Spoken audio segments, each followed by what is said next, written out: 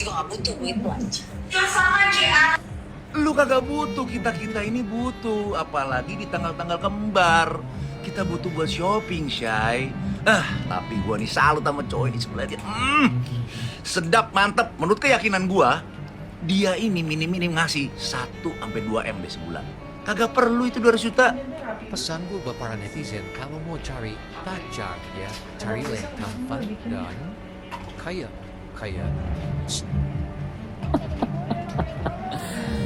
Anomali laler ijo. Kemarin yang gym laler ijo. Ibu ini sosoknya apa ya? Kayaknya tai laler ijo. Coba kalian lihat video. Kok pakai dengkul? Lo pengen pakai dengkul juga? Ini perutnya langsing kalau nggak pakai dengkul. Aduh, coba. Enggak. Coba. Ikut campur banget. Coba ya pakai dengkul, pasti perutnya nanti nggak ada. Lah itu perut lo berlapis tuh, lo nggak lihat tuh perut lo menggelembung. Aduh, jadi takut pula aku pakai baju hijau. Ada aja ya anomali kacang hijau ini. Di tengah konflik antara Ruben Onsu dan Sarwenda yang terus menjadi sorotan publik, kini banyak beredar kembali kumpulan video motivasi kehidupan yang pernah dibuat oleh Sarwenda. Video-video yang sebelumnya menuai banyak pujian dari para penggemarnya, khususnya fan club Sargio Lovers, kini justru menjadi bulan-bulanan netizen di media sosial. Hal ini terjadi karena menurut sebagian netizen Indonesia, kalimat-kalimat motivasi yang disampaikan oleh Sarwenda dianggap berbanding terbalik dengan perilakunya di media sosial. Kondisi tersebut membuat banyak netizen Indonesia geram hingga muncul petisi yang menyerukan cancel atau boykot terhadap Sarwenda. Bahkan, ada salah satu netizen yang beranggapan bahwa sosok yang menggambarkan Narcissistic Personality Disorder atau yang sering disingkat NPD adalah Sarwenda itu sendiri. Menurut netizen tersebut, anggapan itu muncul setelah melihat beberapa tindakan Sarwenda sejak dirinya berkonflik dengan Ruben Onsu.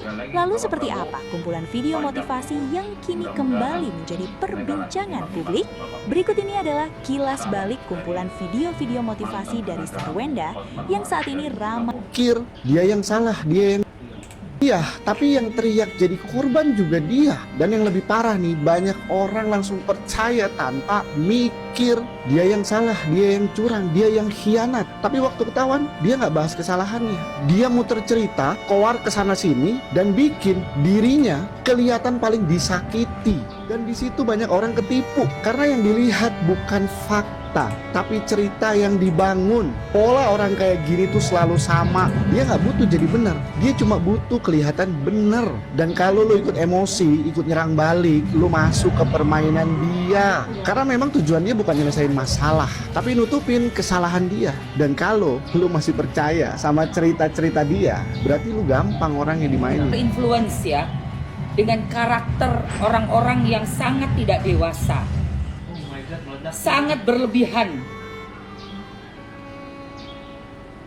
Geleh ngelihatnya tuh, geleh banget.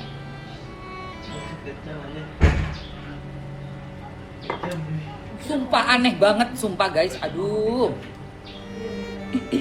Gue ngeliat kayak gini tuh, apa sih ini?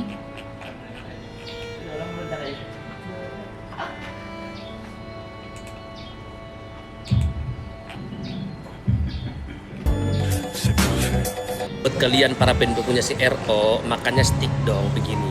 Jangan cuma makan beras bulog, biar pinter dikit ya nih. Oke?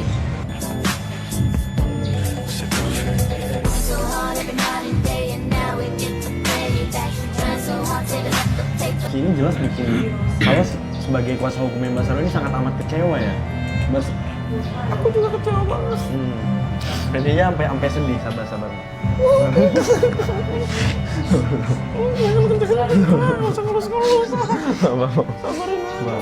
Aku kecewa karena itu buat kerja. Dibilangnya aku nggak punya andi buat semua itu. Buat kerja, ini botak saya juga sedih. Kenapa sih harus berakhir seperti ini RO Pak Haji? Ya saya CEO PT apa, kalian bisa cek aja gitu ya. ada beberapa PT yang memang atas nama saya, kalian bisa cari tahu sendiri aja ya. Ada beberapa PT yang memang udah kita urusin perpajakannya. Jadi ada beberapa PT yang bisa kalian cek aja sendiri gitu guys. Cara tahu carinya bisa cek aja sendiri. Untuk si Jor, kok lah banget semangat banget mau bongkar aib saudara kau sendiri. Ingat ya, itu saudara kau. Segimanapun jeleknya saudara kau pasti tetap membela saudara kau. Kau nasihatin di balik kamera, jangan kau up ke media bahwasanya kau mau membongkar aib saudara kau sendiri. Please ya, di mana hati Nuraini kau? Nurini, itulah pokoknya. Jangan kau malah berpihak ke mantan istrinya saudara kau sendiri. Kau next time ada apa-apa, kau mau matenggo, mau apa? Kau butuh keluarga kau butuh. Sabini. Mau kemana sih? Oh, bawa payung nggak? Ke Bandung nggak? Ke Bandung. Bawa payung nggak? Bye, hati-hati.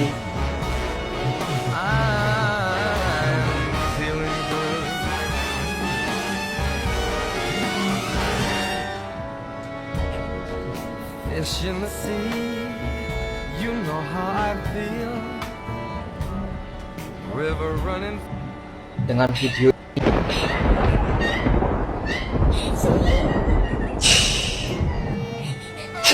gue juga gak butuh duit lu anjing. Ya enggak lah, ngapain ngarepin laki-laki, apalagi cong. A few moments later. Halo semua, saya Sar nyasar karena nggak pakai map. Dengan video ini saya akan meminta maaf kepada kalian semua karena sudah membuat kegaduhan dari potongan video saya yang sudah tersebar. Dan kepada para penggemar saya, kepada para pendukung saya selama ini, saya akan meminta maaf atas kesalahan kekhilafan saya. Kalau mau minta maaflah kepada yang bersangkutan, kepada yang disindir, bukan kepada para netizen. Tahu nggak? Aduh, masih mau tidur. Lihat beritanya si Sarwenda. Selamat siang Sarwenda. Sarwenda official. Coba posisikan saya sebagai seorang ibu. Tadi kan kamu bilang gitu ya Sarwenda. Ini kita ngikutin alurmu ya Wen. Posisikan sebagai kamu seorang ibu. Jangan, sebenarnya gini, jangan larinya posisikan kamu sebagai seorang ibu. Dengan posisikan kamu sebagai seorang ibu, harusnya kamu sadarnya dari pertama saat CEO Brondong kau itu menggesek-gesek tangan kau, udah kayak gesek-gesek apaan gitu loh. Itu yang pertama. Terus yang kedua, posisikan saya sebagai seorang ibu. Saat kau melakukan live di depan kamera, dipertontonkan dengan orang banyak yang punya mata, punya mulut, punya telinga, ya kan, dengan kemesraan kau sama si CEO perbehaan itu, harusnya kau ingat omongan ini diposisikan sebagai seorang ibu. Ya kan? Artinya apa? Kalau kau merasa posisi kau seorang ibu dua anak, ya kan? Ibu dua anak yang lucu itu, ya, yang anakmu yang ya notabene-nya anak-anak berprestasi, harusnya kau sadarnya itu dari awal Sarwenda gitu loh. Kakakku ya, fansnya si RO ini jalan pikirannya itu emang gak bisa lagi dilurusin kakakku ya. Ini ya komenan di PT aku yang membahas 200 juta tapi pertaruhannya mental, atau pilih Gio yang masih muda, pekerja keras, punya prinsip hidup jelas, terus dia itu juga nggak berisik, nggak banyak drama, pilih mana? Aku bilang pilih Gio yang ganteng gitu ya, walaupun dia nggak sekaya Ruben. Aku bilang kayak gitu kan. Terus ada komenan kayak gini, nah kataku ya, ngapain mikir yang untuk urusan setelah menikah? Siapa sih yang nggak berubah setelah menikah? Ada rumah tangga yang lurus-lurus aja setelah menikah? Kagak ada. Tapi itu permasalahannya nanti. Makanya ya si Sarwenda sama si Gio itu sekarang ini lagi di tahap pengenalan satu dengan yang lain. Ini, Bang, kenapa kemarin ada yang nanya begini? Bang, kenapa wanita kalau udah jadi mantan itu kelihatan cantik? Sebenarnya dari dulu udah cantik, cuman pas sama kamu cantiknya hilang. Ya gimana nggak hilang? Kerjanya makan hati mulu. Gak pernah diajak ke salon, gak pernah diajak perawatan. Dan ketika udah nggak sama kamu, dia udah nggak ada beban lagi. Duit yang dia punya dia pakai buat diri sendiri, buat dia perawatan. Kemarin ada yang nanya. Coba lu urutin ya 2 tahun terakhir, isu perselingkuhan gak kelar-kelar sama dia. Sama anjing gue, Sarwenda. dari sama Onyo lah, sama gue, sama asistennya, ntar balik lagi, kata gue gitu. Ini nggak ada orang-orang baru apa gimana sih, kata gue, di hidupnya dia. Kata gue mainnya kurang jauh nih, apa gimana sih gitu. Iya nggak selesai-selesai gitu. Dan ya semoga jangan sampai gitu keluar yang tiba-tiba ngamuk-ngamuk, marah-marah gitu. Tapi dia pernah marah nggak sama lo? Dia marah sama gua? Ya sering lah. Karena apa biasanya? Nggak ke telepon. Ya biasa aja gitu, itu namanya kakak dia, biasa aja nggak ke telepon. Terus apalagi ya? Curhat? Berantakan. Terus Kalau curhat pernah? Curhat? Iya pernah lah, berapa kali pasti. Lo biasanya ngasih... Enggak. Gue mendengarkan saja. Iya. Sama siapapun, gue sangat membuka lebar telinga gue, tapi mengunci rapat mulut. Karena ketika ada orang yang butuh didengarkan, kita jangan sampai adu nasib. Atau malah jadi sesat gitu. Jadi ya udah. Sampai gue tuh sering tahu kalau ada orang curhat sama gue kayak, lu jangan iya aja. Lu pro kemana gitu misalkan. Enggak, gue nggak bisa.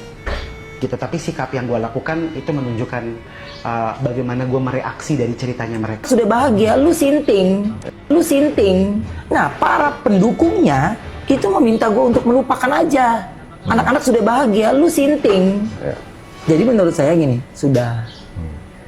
Jangan menggiring gue cemburu, nggak ada. Mau ngatain juga nggak? Silakan. Kan kasarnya kalau ibunya nanti happy, dia happy juga. Iya kan? Tapi yang porsinya gue jangan lu makan. Wenda.